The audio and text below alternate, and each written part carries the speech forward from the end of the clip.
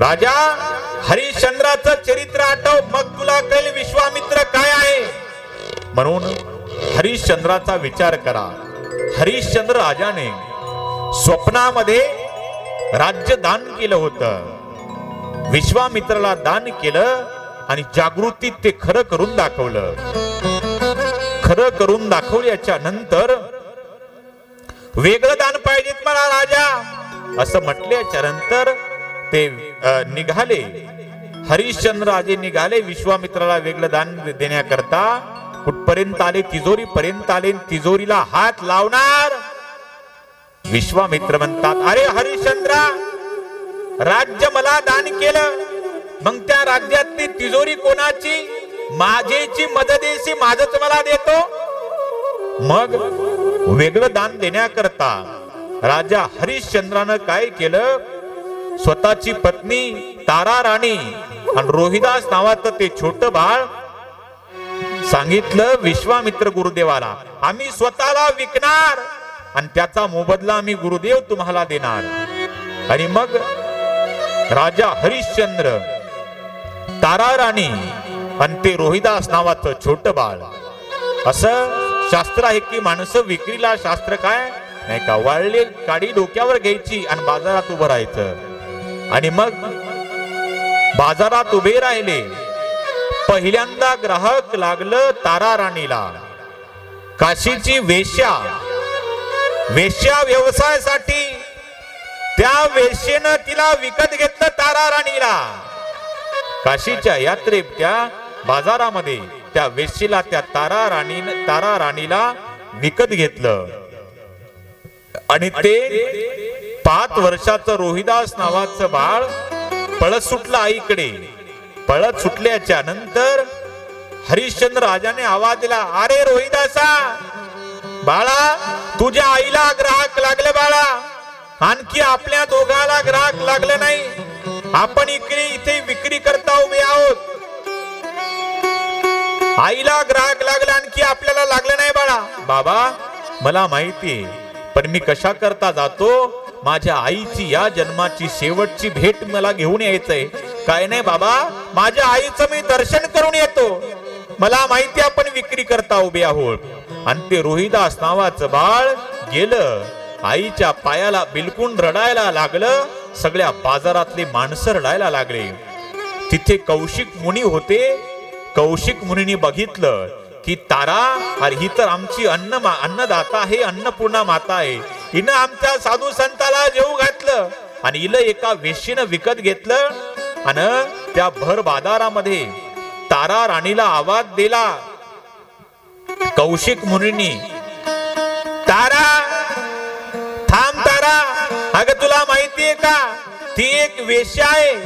वेश्या व्यवसायासाठी तुझा वापर करणारे माघारी फिर.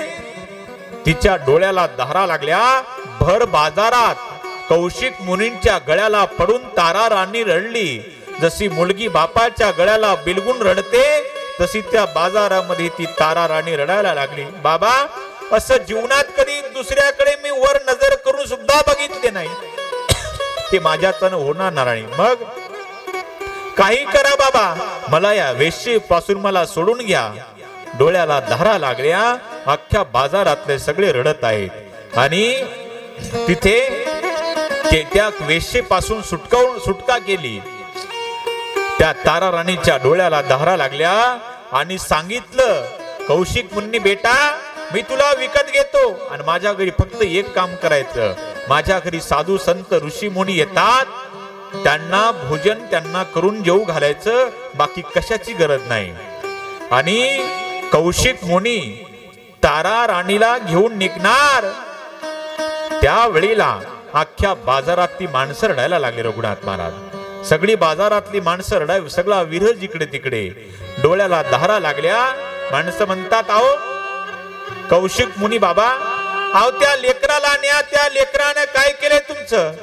नका करू आता, माय बाळा तुटी बघविना दृष्टी आमासी. अहो त्या रोहिदास नावाच्या बाळालाही सोबत न्या. माय लेकराची ताटातूट करू नका. सगळे बाजारात वातावरण शांत झालेलं आहे. त्या लेकराच्या डोळ्याला धारा लागल्या, माझ्या आईची या जन्मातली माझी शेवटची भेट. ते बाळ आईकडे बघून रडत. सगळा त्या बाजारातला समाज त्या लेकराकडे बघून रडतो.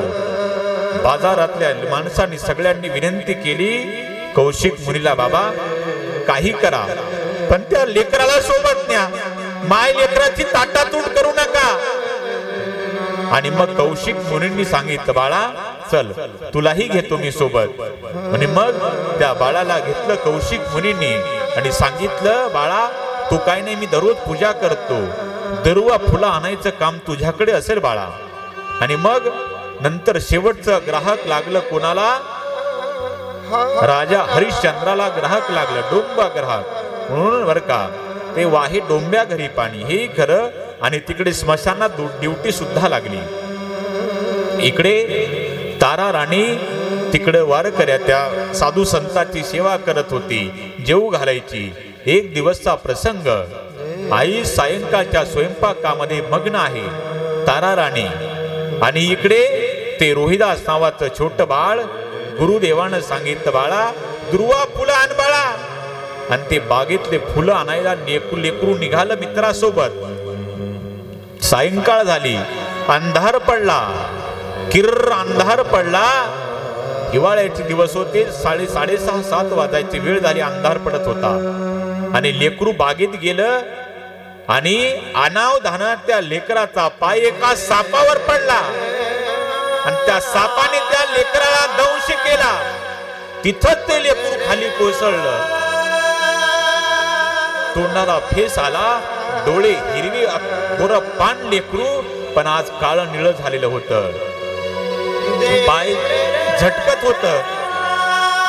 मित्र घाबरून गेले, छोटे छोटे लेकर पळत आले. आई स्वयंपाक करत होती आणि लेकरांनी आरडाओरड सुरू केला, आई साहेब तुमचा रोहिदास. त्याला सापाने दंश केला. लेकरू जाग्यावर तडफडत प्राण सोडला त्याने. आणि मरताना म्हणलं, बाळा अरे मित्रांनो माझ्या आईला सांगा, या जीवनामध्ये माझ्या आईशिवाय आता मला कोणी राहिलं नाही. माझ्या आईचा मी शेवटचा आशेचा किरण होतो. माझ्या आईला सांगा तुमचं रोहिदास लेकरू जगाचा निरोप घेऊन गेलं. त्या आईच्या डोळ्याला धारा लागल्या. तसे स्वयंपाकाचे हात घेऊन ती आई त्या बागेमध्ये पळत आली. आणि इकडं तिकडं बघते, आपलं बाळ दिसतं का? दिसत नाही. आवाज देते, रोहिदासा उठ, एकदा तरी बोल, कुठं आहे? दिसत नाही अंधारामुळे. बाळा एकदा तरी मला आई म्हण, एकदा म्हण बाळा. आई गेली. रोहिदासा एकदा बेड बाळा. आणि आईनं टाहू फोडला, रोहिदासा रोहिदासा रोहिदासा रोहिदासा. इतका आवाज केला कर्कश, आईला राहुल नाही. बाळा कुठे गेला? पाय पडल्या बरोबर लेकरू दिसलं. गोर पान लेकरू, पण आज काळं निळं पडलं होतं. डोळे काळे कुट्ट पडले होते, तोंडातून फेस येत आहे. आणि आईनं बघितलं, आपल्या मांडीवर घेतलं आणि आईनं जिवंत लेकराला माय जशी बोलते त्या लेकराच्या तोंडावरून हात फिरवला. बाळा आता मी जगू पुन्हा करता, तूच माझा जीवनाचा आशीचा किरण होता, मी जगू करता गुन्हा करता. त्या मेलेल्या लेकराच्या तोंडावरून आई हात फिरवत आहे. आता राजाची राणी आहे, मध्यरात्र झाली, लेकराची अंत्यविधी करायची.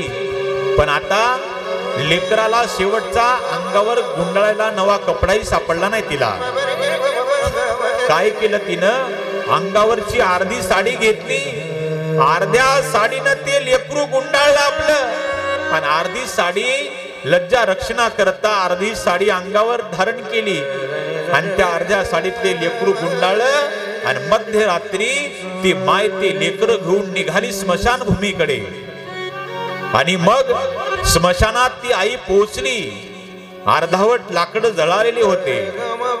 एकत्रित तिने केले, चिता पेटवली आणि चितेत लेकराला टाकणार.